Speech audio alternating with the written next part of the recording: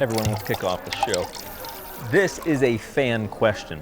The biggest fan of this channel, the man who edited the video. So as I filmed this, my editor, Mr. Crispy Visuals, said, what would be the impact on your net worth if you bought a house at the age of 25 versus the age of 35 once you get to the age of 60? So, hey, you're 60 years old.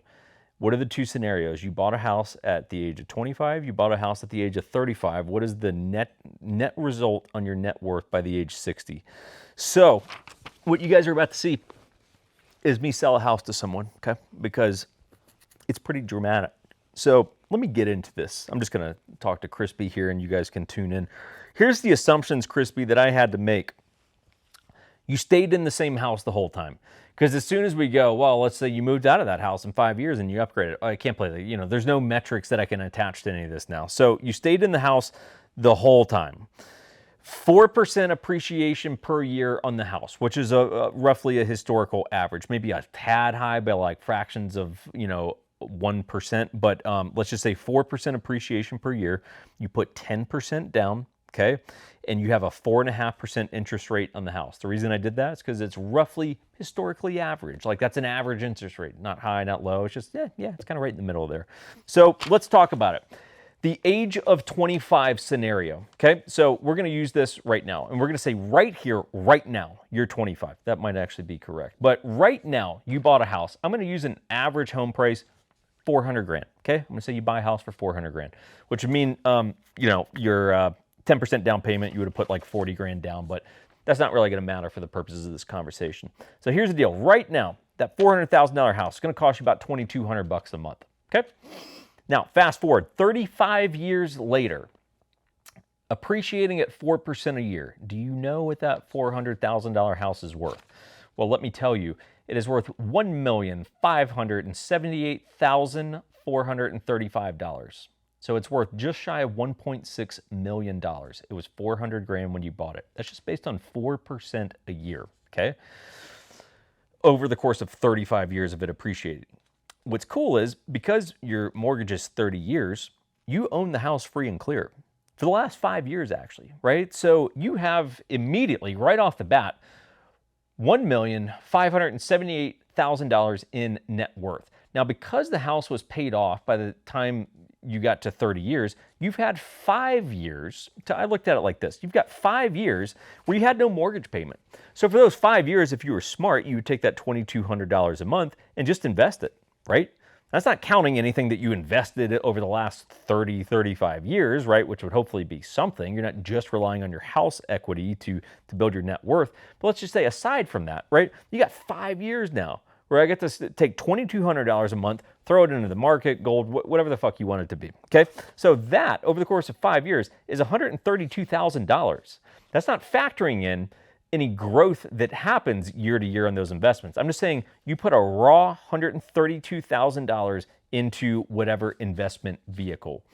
So the total at a bare ass minimum on your age 25 plan is you are at least worth $1,710,000 because that's simply the value of your house combined with the 132 grand that you invested in the 5 years that you didn't have a mortgage payment. Okay, let's go to the scenario where you are age 35. So the problem, right? So we're gonna say right now you're 25. So we're gonna use the example that you wait 10 years from now to buy the house. Well, the problem that you immediately run into is the house isn't 400 grand anymore. To get what is currently a $400,000 house a decade from now, right? You have to look at, well, what did that appreciate to? Well, that same house is now $592,000. So now you got to spend $592,000 on the house that you could have got a decade ago for 400 grand. So what's the problem within that? The problem with that is your mortgage payment. So now instead of it being $2,200 a month, it's $3,200 a month. So that's an extra $1,000 a month, okay? Well, fast forward, at age 60, you've owned the house for 25 years, okay? The house is, again, still worth that same amount. It's worth $1,578,000. Problem is, you still got, what, 5 years left before it's paid off. So I'm going to estimate that your equity in that $1,578,000 is going to be about 1.2 million, right? So you've got roughly, 350 to 400 grand to pay off, so you simply have less equity in the home. On top of that, here's where it gets really depressing for you, my friend. The extra $1,000 a month that you spent because you waited a decade to buy a house and now your mortgage payment's way higher, that $1,000 a month that you've spent over the last 25 years, that adds up to $300,000 in just raw numbers. That's $300,000 that you've spent on a mortgage payment that you could have either saved or thrown into other investment vehicles. Massive. It's massive. Like if you just had 300 grand just sitting in the market for the last 25 years, shit, you'd be doing pretty good. Like you'd be doing pretty good. It's called compounding interest. You would be doing pretty well right now. So it's a lot. It's a lot of investment capital right there. So anyway, so the summary as a rough estimate here, because this is a very hard question to quantify, but you have $400,000 less equity in your house because you waited a decade. Okay, you missed out on the $132,000 that you invested on the age 25 plan, right? Because you haven't had time where you've owned your house free and clear, therefore missed out on that $2,200 a month that you were able to invest for 5 years. That's 132 grand you didn't get to invest, and it's an extra 300 grand in payments that you spent because you bought the house a decade too late.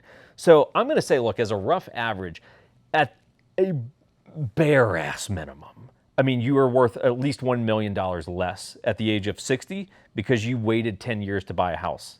And I think that is probably, that's not even counting into effect growth of the investments, which is where you would skyrocket that. I think it's probably closer to a couple $1 million. So the net result is you're probably worth at the age of 60 about $2 million less because you bought a house at 35 versus 25. As someone who bought a house at 35, don't be this.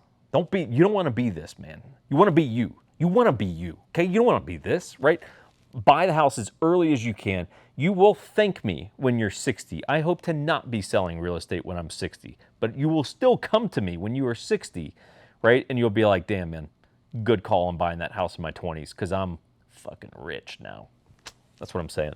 So guys, if you need inspirational pep talks like this and real estate services, you can let us know that. You would do that at the 1911syndicate.com, just 1911syndicate.com. It's linked below.